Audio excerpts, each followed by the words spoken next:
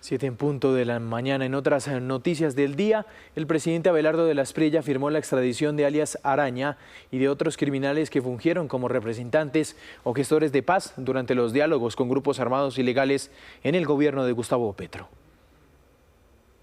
Las primeras 5 extradiciones ordenadas por el presidente Abelardo de la Espriella están encabezadas por máximos criminales que han dirigido estructuras de narcotráfico y grupos armados. 3 de ellos ya están en manos de la justicia.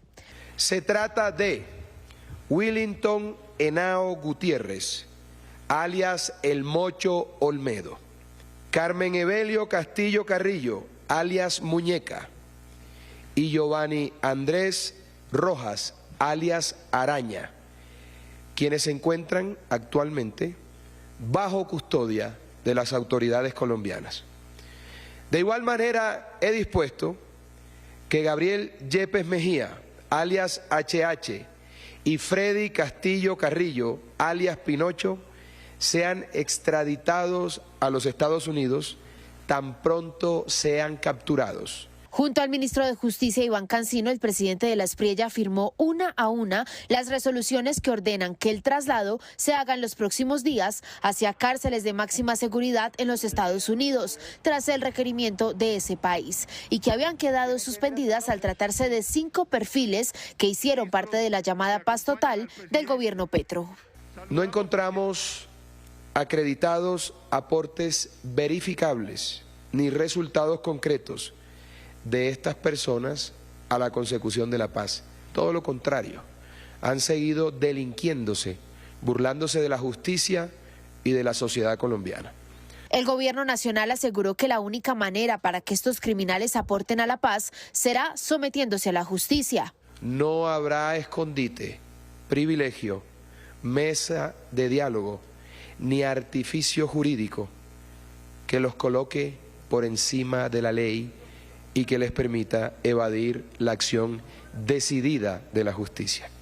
Hay otras 25 extradiciones en proceso que no solo contemplan cabecillas relacionados con narcoterrorismo, sino que además incluyen capturados por violencia sexual contra menores de edad y homicidio agravado, y se darán hacia los países que soliciten las extradiciones, como Perú, Panamá, República Dominicana y los Estados Unidos.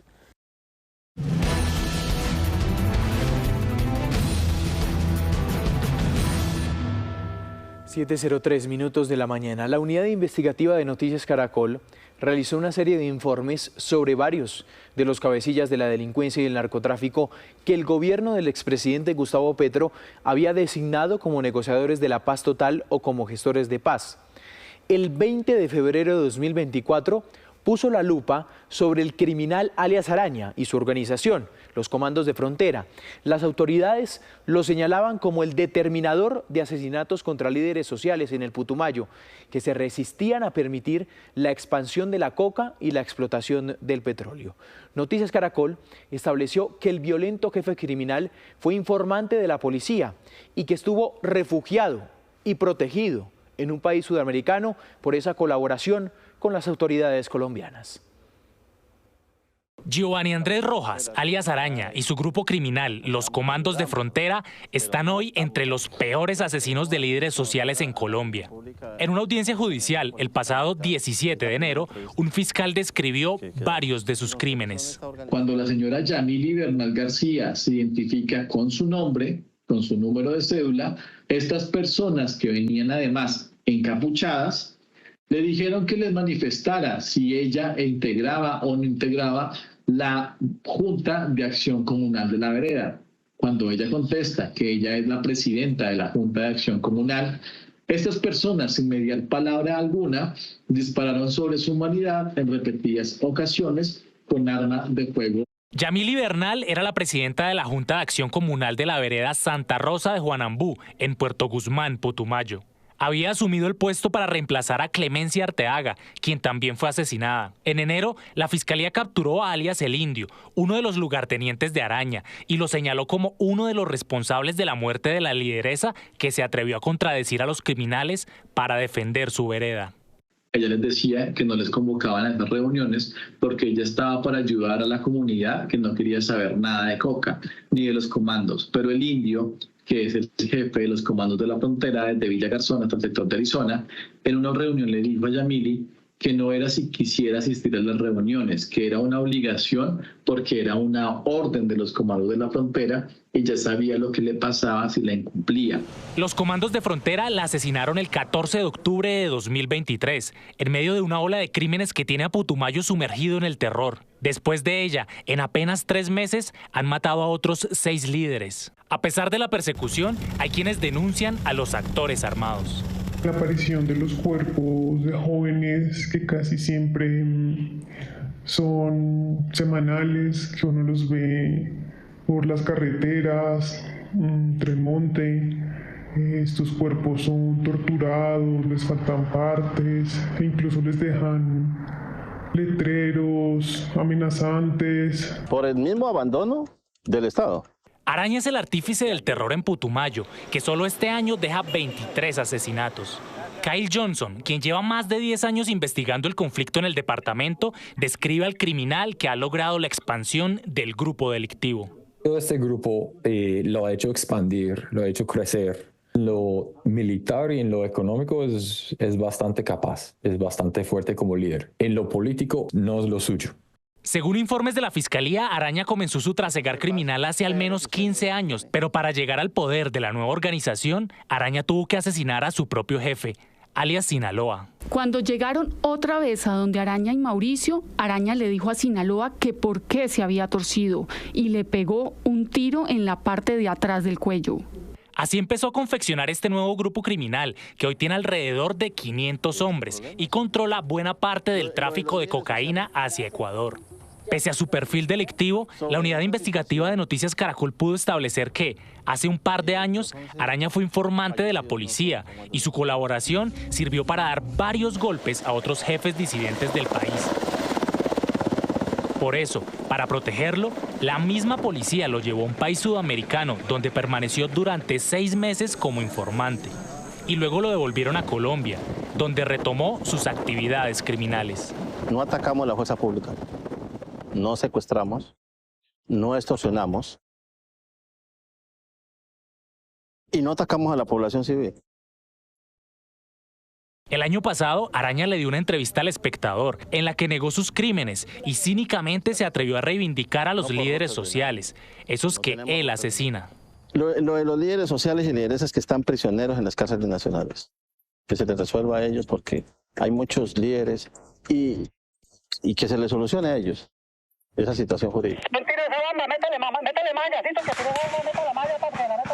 En medio de su guerra con el Frente Carolina Ramírez, Araña ha entrado en una especie de paranoia que lo está llevando a esta violencia desatada. El detonante en el momento fue esos combates en Puerto Asís y parece que sigue esa cacería de brujas o sigue ese miedo de comandos de la frontera de que Carolina Ramírez les quite el territorio.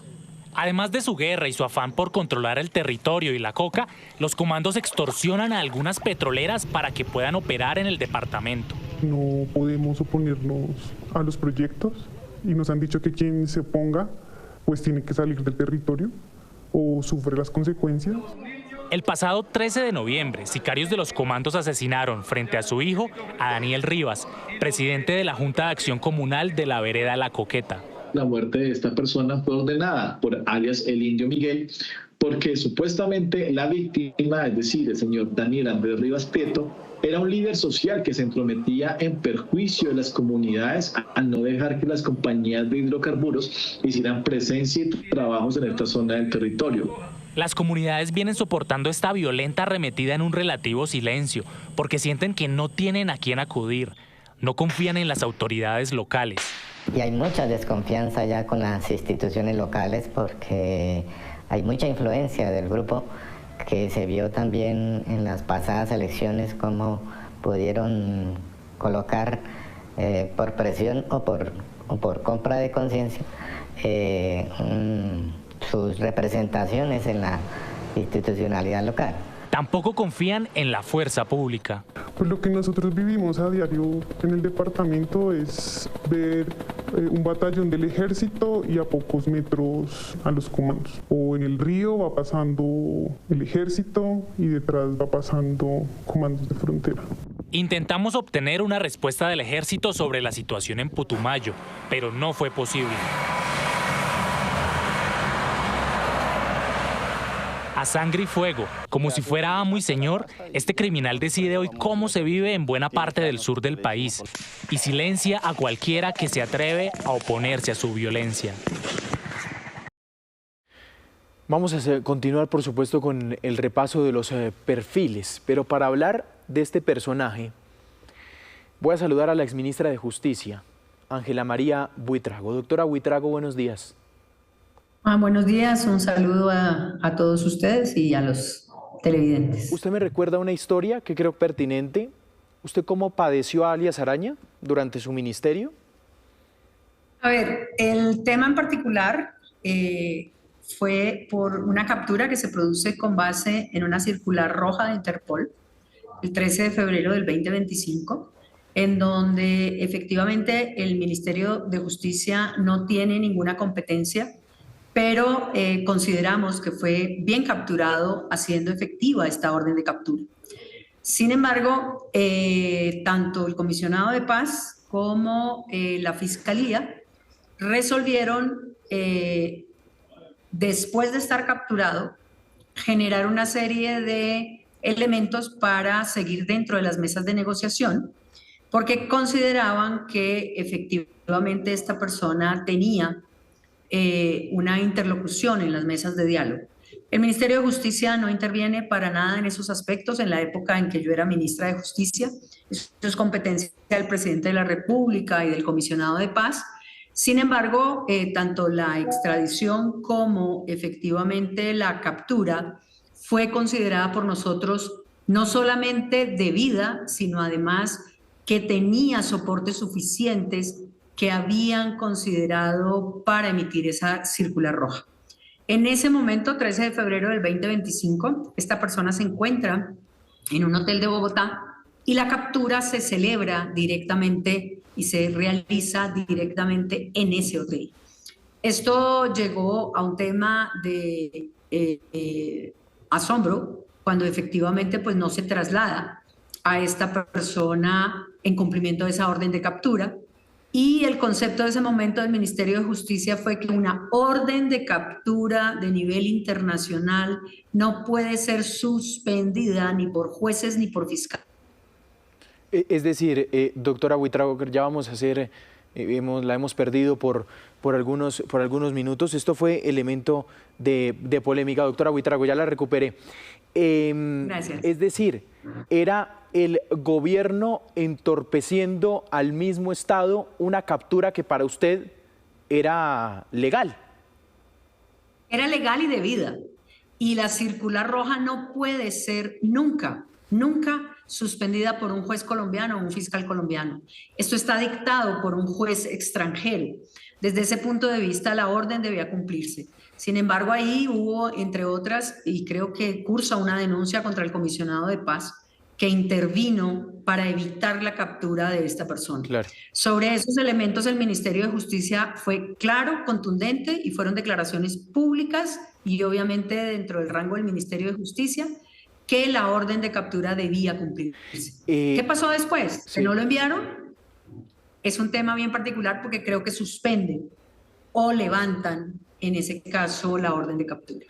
No fue el único con lo que usted tuvo que lidiar, doctora Buitrago. Repáseme la historia, y por eso la hemos llamado aquí como contexto. ¿Cómo padeció usted a alias HH? Juan, el tema de alias HH fue una de las denuncias que yo hice pública cuando renuncié al cargo de ministra de Justicia, porque considerábamos como la Corte Suprema de Justicia que estaban cumplidos los requisitos para efectivamente generar la extradición de esta persona.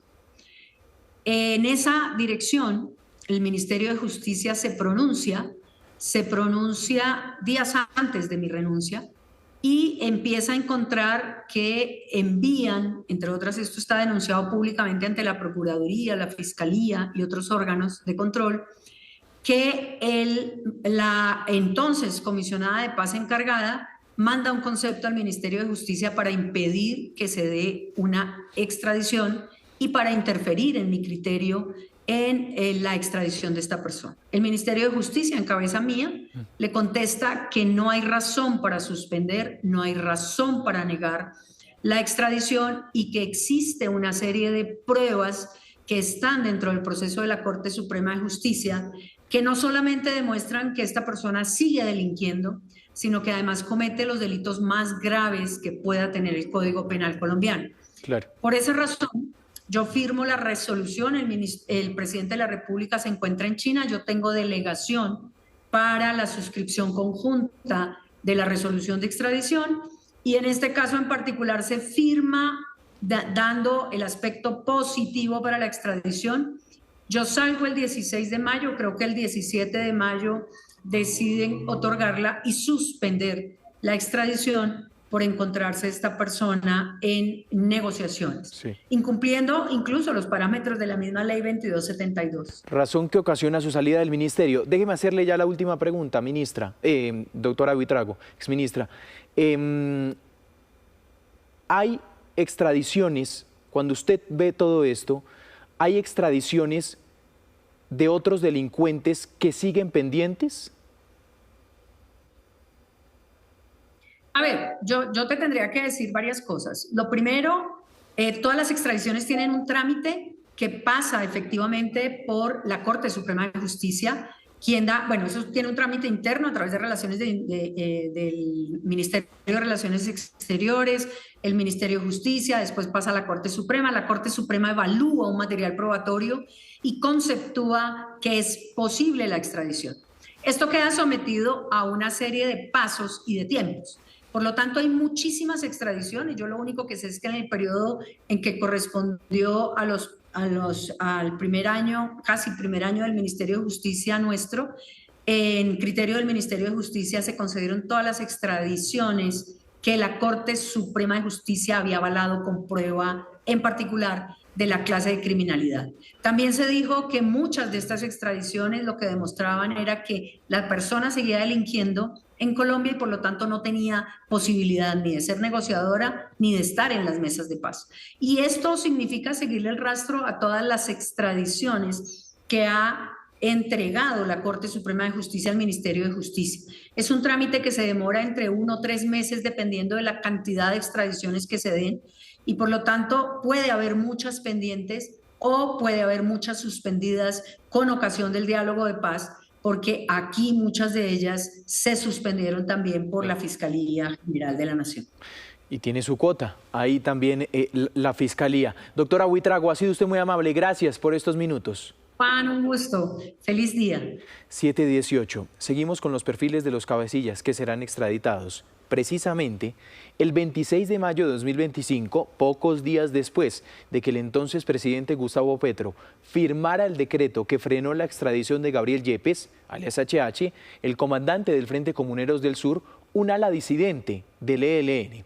La unidad investigativa profundizaba en esa decisión que ahondaba la crisis diplomática con los Estados Unidos y revelaba el duro cruce de cartas entre el Departamento de Justicia y la Fiscal General.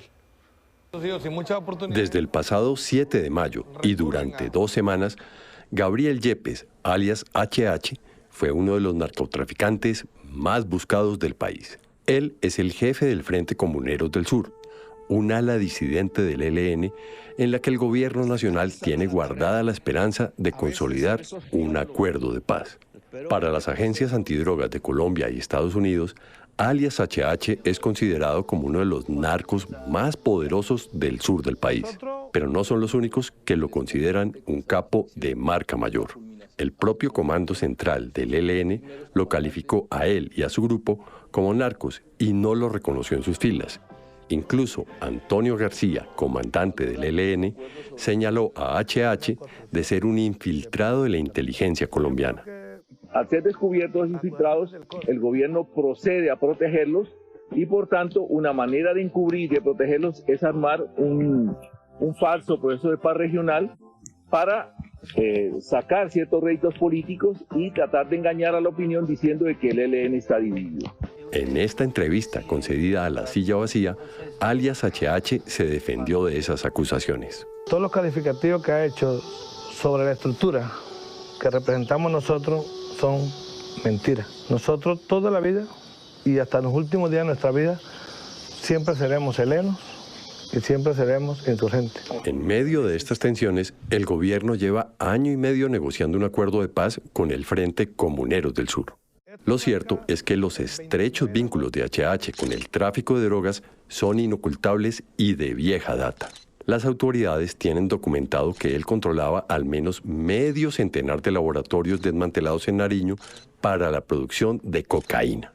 Por ejemplo, en esta parte del indictment, que es la acusación del gobierno de Estados Unidos en su contra, se menciona específicamente decomisos hasta por 6.5 toneladas de droga de su propiedad lista para exportar. Recurren a la vida armada como la única opción que dejan los gobiernos. El caso de HH desató una tormenta en las relaciones entre la Administración de Justicia de Estados Unidos y la de Colombia, una historia hasta ahora desconocida. Noticias Caracol tuvo acceso a las comunicaciones reservadas entre el Departamento de Justicia y la Fiscalía colombiana, que revelan los detalles del lío que comenzó hace 6 meses y que podría convertirse en uno de los incidentes judiciales más graves en la historia reciente de la cooperación de ambos países. El primer campanazo que alertaba la crisis ocurrió el 9 de diciembre de 2024, cuando el Departamento de Justicia le envió a la fiscal general Luz Adriana Camargo una carta con un evidente tono de molestia por el caso de HH. Le escribo para expresar nuestra profunda preocupación por la resolución 00502 de 2024. Esta resolución suspende la ejecución de una orden de captura con fines de extradición contra Gabriel Yepes Mejía de conformidad con una solicitud de extradición formalizada. En esa carta, el Departamento de Justicia manifestó su inconformismo con la fiscal porque suspendió la ejecución de una orden de captura con fines de extradición contra HH y otro de los jefes del Frente Comuneros del Sur. Parte del malestar obedeció a que las autoridades antinarcóticos tenían cercado a HH cuando el gobierno colombiano le lanzó un salvavidas al meterlo en el proceso de paz. La suspensión de la orden de captura con fines de extradición contra Yepes Mejía es una desviación de nuestra larga y fructífera relación bilateral de extradición. Nos preocupa que la suspensión fomente un ambiente de impunidad para los graves delitos transnacionales. La lucha global contra el narcotráfico organizado requiere nuestro compromiso conjunto contra la impunidad. Pocos días después, la fiscal general le respondió al Departamento de Justicia. Noticias Caracol también tuvo acceso a esa carta firmada por Luz Adriana Camargo. Allí, la alta funcionaria comenzó por explicar su decisión. La suspensión de la ejecución de las órdenes de captura con fines de extradición fue producto de la aplicación de la Ley 2272 de 2022, emitida soberanamente por el Congreso de la República, previa solicitud del presidente de la República, con desarrollo de los diálogos de paz que adelanta con el grupo armado ilegal Comuneros del Sur y del cual aquellos fungen como representantes.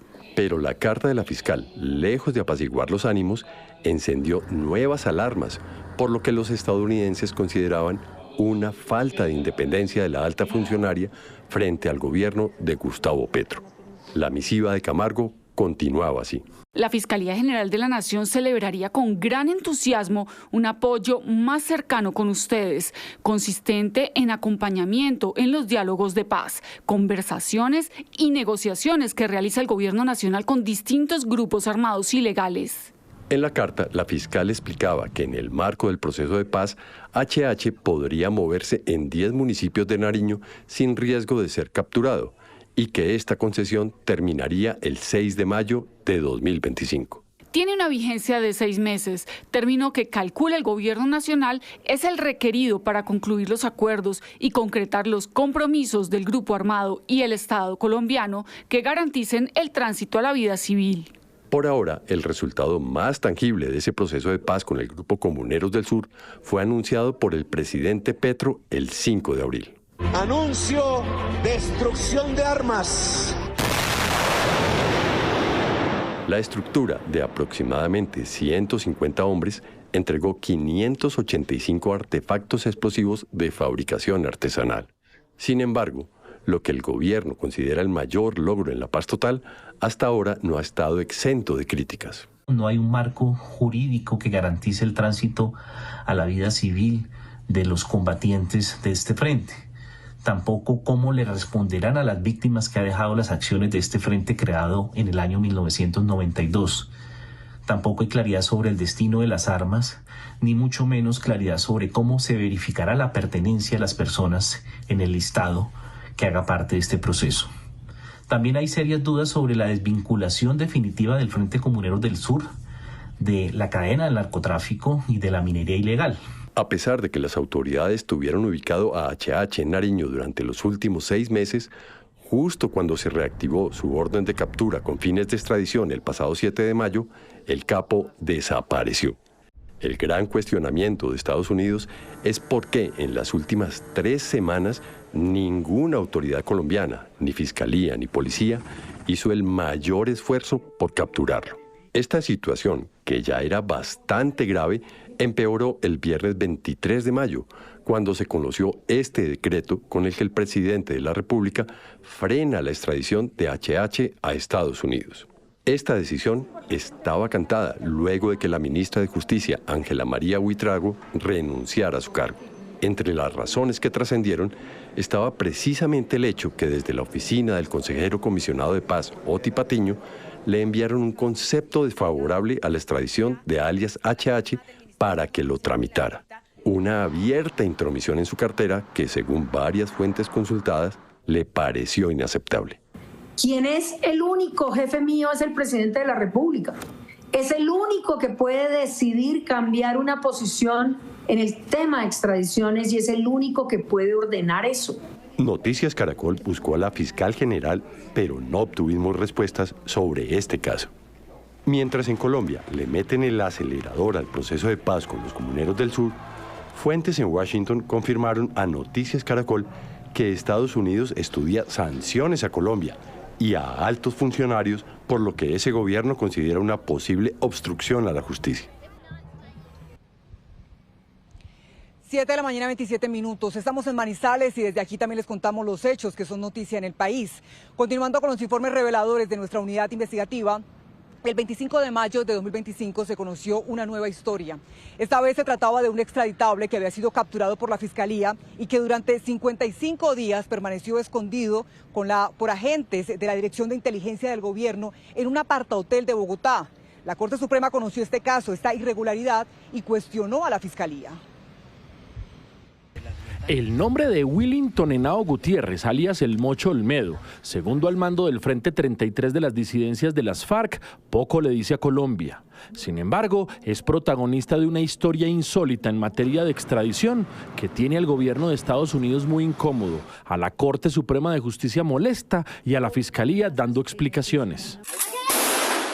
Todo empezó a principios de febrero pasado, tras la sangrienta arremetida del ELN contra el Frente 33 para obtener el control del Catatumbo, que dejó 134 muertos y más de 67.000 desplazados.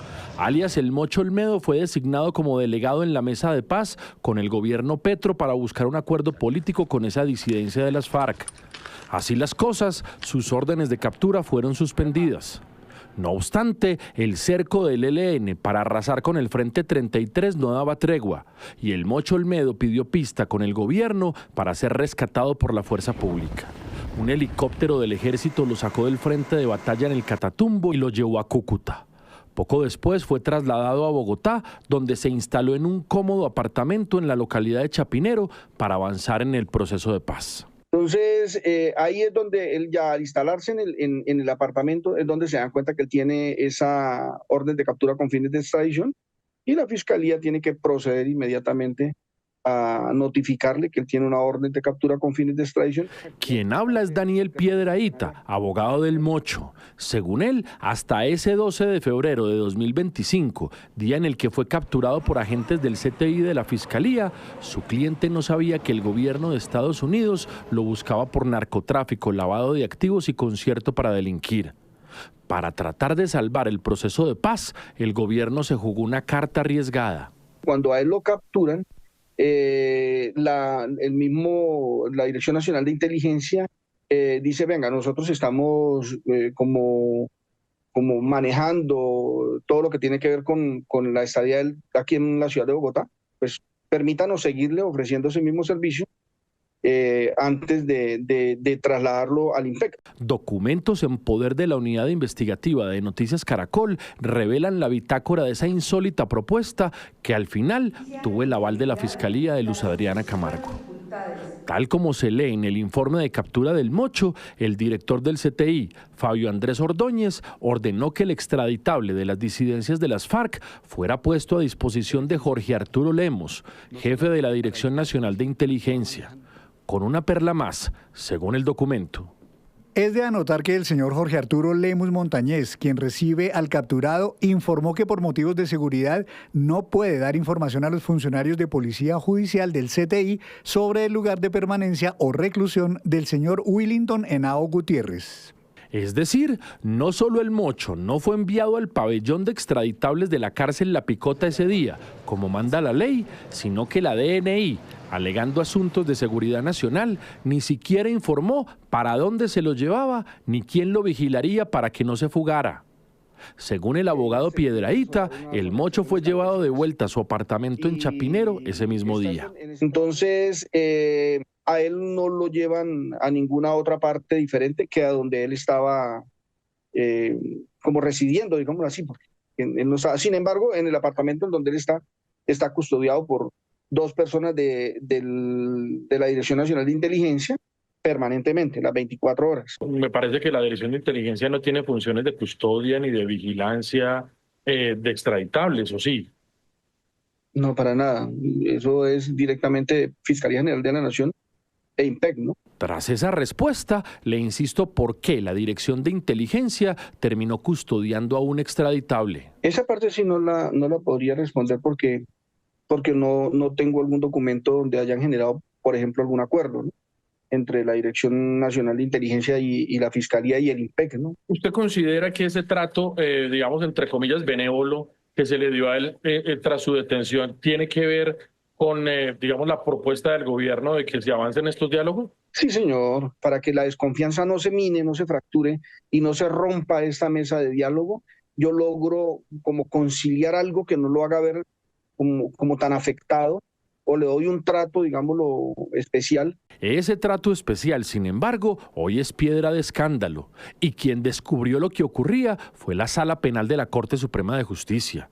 En desarrollo del proceso de extradición, se percató que el Mocho no estaba tras las rejas en La Picota, sino bajo custodia de la Dirección de Inteligencia en un lugar indeterminado. Aún más, los correos del alto tribunal para notificar al procesado rebotaban.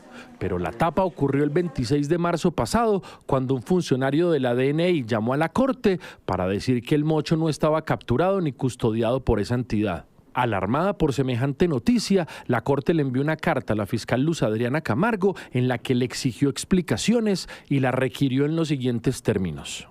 En el término de la distancia, me permito solicitarle la información del lugar de reclusión, contacto o todo lo concerniente al señor Willington Henao Gutiérrez. 2 días después, el 28 de marzo, la fiscal Camargo le contestó a la Corte que se dispuso a dejar al Mocho bajo custodia del gobierno y la Dirección de Inteligencia porque el alto comisionado para la paz, Oti Patiño, así lo había pedido para salvar el proceso con el Frente 33 de las disidencias.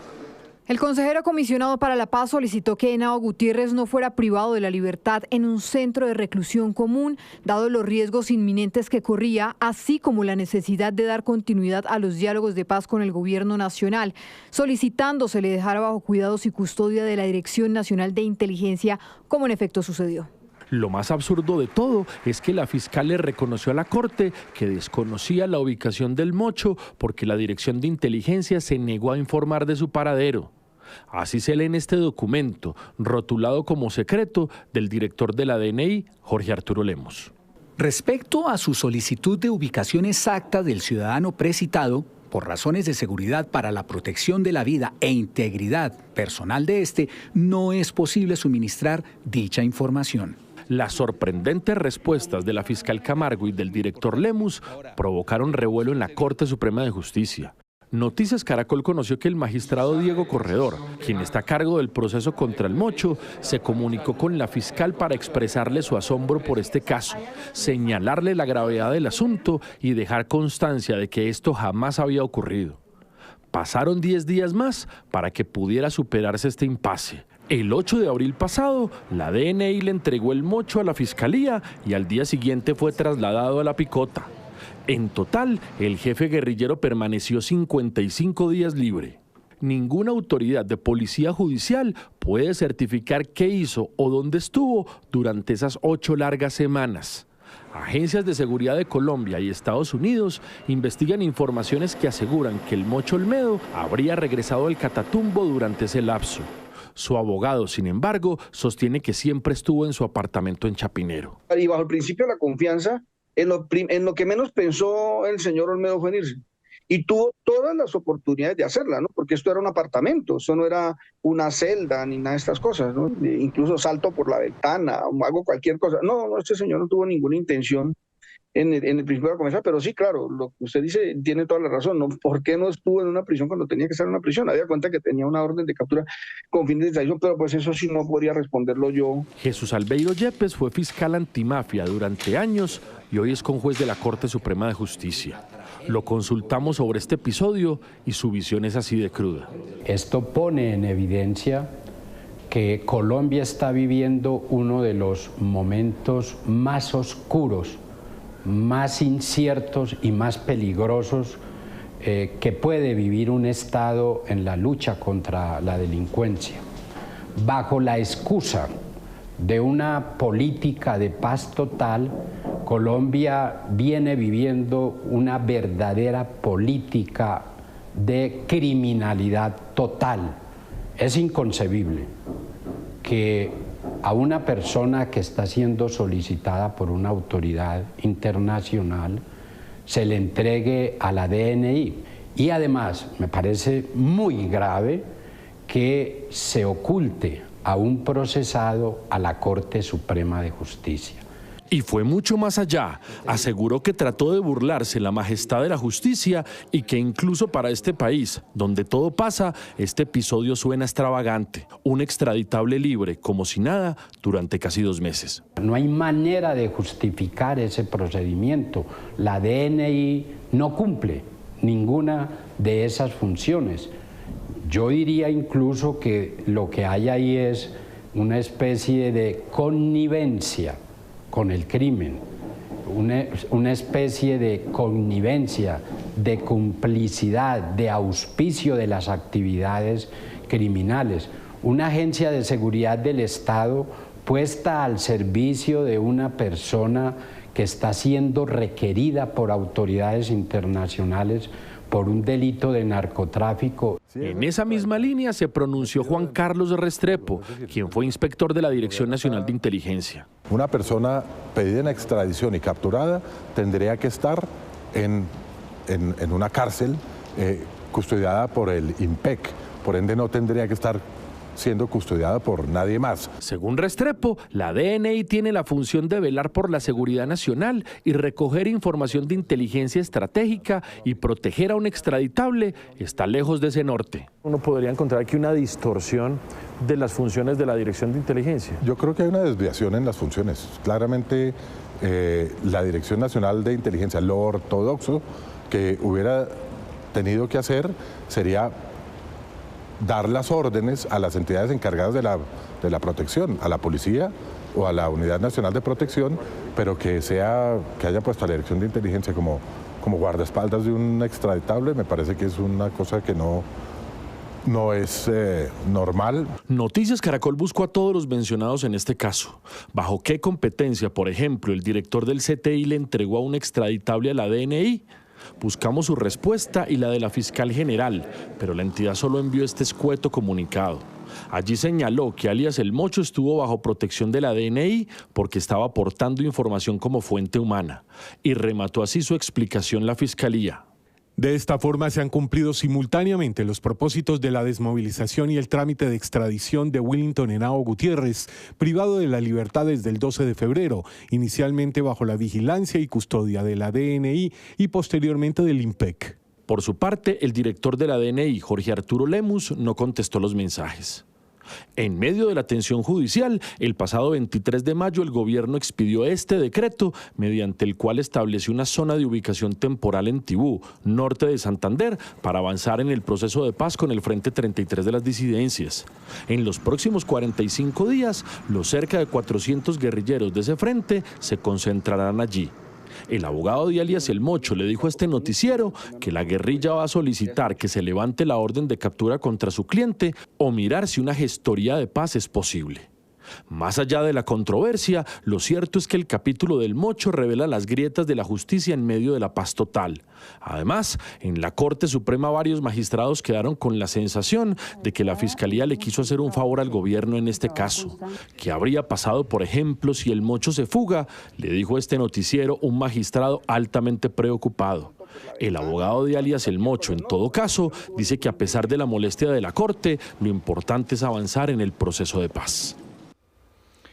7:41. Vamos con más perfiles. El turno es para Carmen Evelio Castillo Carrillo, alias Muñeca, quien fue capturado en 2024. Era uno de los líderes de los Pachencas o las autodefensas conquistadoras de la Sierra Nevada, mientras la estructura criminal mantenía un proceso de diálogo con el Estado. Alias Muñeca coordinó comisiones urbanas en las que se registraron homicidios selectivos y es requerido por narcotráfico por los Estados Unidos. Y cerramos con Freddy Castillo Carrillo, alias Pinocho, señalado jefe de los Pachenca desmovilizado del bloque Tayrona de la SAUC y quien sería el presunto responsable de ordenar homicidios selectivos y cobros extorsivos en los departamentos de Magdalena y La Guajira. En 2011 se acogió a la Ley de Justicia y Paz que sigue procesando penalmente a los desmovilizados de la SAUC. En enero de 2022 fue capturado en Madrid, España, y en junio de 2023 fue dejado en libertad. Es requerido por Estados Unidos por tráfico de drogas. Para repasar este y más temas de justicia, vamos a hacer conexión a esta hora con el exministro de Justicia, Carlos Medellín. Doctor Medellín, gracias por estar con nosotros. A ustedes, muchas gracias. Buenos días a todos. Doctor Medellín, durante su ministerio, usted fue uno de los ministros que restableció la extradición en Colombia, precisamente, con Estados Unidos. Cuando usted repasa estas historias, pero también las que ha informado la unidad investigativa, el contexto de estos criminales, todo lo que se entorpeció a la hora de firmar órdenes de extradición, ¿qué perspectiva le merece? Bueno, mire, la verdad es que el proceso de paz del 2016 con las FARC aclaró algo, y es que los anteriores líderes de las FARC que se acogieron al proceso de paz y entraron en todo ese proceso, pues dejó por fuera a aquellos miembros de las FARC y de otros grupos, como el ELN y otros grupos que se llaman ahora disidencias de las FARC, que en realidad son delincuentes comunes. Es decir, en Colombia hoy no se puede hablar de grupos guerrilleros al estilo de hace 30, 40 o 50 años, sino de grupos de delincuentes comunes y carteles del narcotráfico. Todos esto, tanto el ELN como las FARC, las disidencias, etcétera, hacen parte de un cartel del narcotráfico, son delincuentes comunes y por lo tanto se debe aplicar el peso de la ley, las extradiciones y los procesos en Colombia, de la justicia en Colombia, para que cumplan por sus crímenes. Claro. De manera que todo esto que se ha visto y que se está revelando ahora, pues es totalmente irregular y es una manera inapropiada de darle beneficios a quienes no se lo merecen. Claro. Doctor Medellín, quiero pasar a más temas que ha propuesto con el manejo de presos el presidente de la República. Esta idea del buque cárcel, utilizar buques de la Armada como cárceles para delincuentes, ¿usted qué imagen tiene de esto? Bueno, mira, las cárceles en naves, en el mar, en buques, en barcos, es una idea muy antigua. Desde que estuvimos en el Ministerio de Justicia hace muchísimos años, ya se estaba hablando de esa posibilidad. O sea que eso no es un tema nuevo, es un tema que ya tiene muchísimos años. Lo que pasa es que en esa época, hace tantos años, eso ofrecía ciertos inconvenientes desde el punto de vista ambiental desde el punto de vista de la resocialización de los presos, desde el punto de vista del manejo de los presos y de sus contactos con los abogados. Pero mire, eso le puedo decir, eso es posible, eso es viable, siempre y cuando se observen y se resuelvan temas como los que acabo de mencionar. Hay una ventaja con todo esto. Tenemos un presidente de la República, abogado penalista, un ministro de Justicia también abogado, que conocen perfectamente todas esas normas que regulan el régimen penitenciario y carcelario, pero lo cierto es que los internos, las personas privadas de la libertad, son privadas de la libertad y privadas de otros derechos que la ley lo autoriza, precisamente por haber cometido delitos y porque la justicia los ha condenado. Sí. De manera que no es nuevo, es posible, digamos que desde el punto de vista de la construcción de cárceles y de todo lo que significa, es viable hacerlo. Vimos estas imágenes también, el traslado de los presos allí en la costa, y que se une precisamente, vamos a repasar el video del traslado, se une precisamente, ahí lo estamos viendo, con esta idea del buque cárcel. Ahora, doctor Medellín, le voy a preguntar, ¿esto es útil? Es decir, ¿estas ideas son útiles para el buen manejo de los delincuentes en las cárceles? A ver, mira, lo que pasa es que la indisciplina en las cárceles es evidente, ¿no? Y eso obedece a muchas causas, entre otras, la necesidad del fortalecimiento del INPEC, recursos para el INPEC, pero lo cierto y para nadie es un secreto que ese estado de temas de inconstitucionalidad frente a las cárceles está rodeado de una gran falta de disciplina y falta de control. Para nadie es un secreto que las cárceles se volvieron en algunos casos centros del crimen. Ordenan asesinatos, ordenan secuestros, boletean desde las cárceles. Eso es, por supuesto, irregular, es falta de disciplina en todas las cárceles. Entonces, todo lo que sea recuperar la disciplina en las cárceles es bienvenido. Las cárceles no pueden volverse un hotel y un centro de operaciones de los grupos criminales. Pues, doctor Carlos Medellín, exministro de Justicia, ha sido usted muy amable. Gracias por estos minutos aquí en Noticias Caracol. A usted, Juan Camilo, muchas gracias.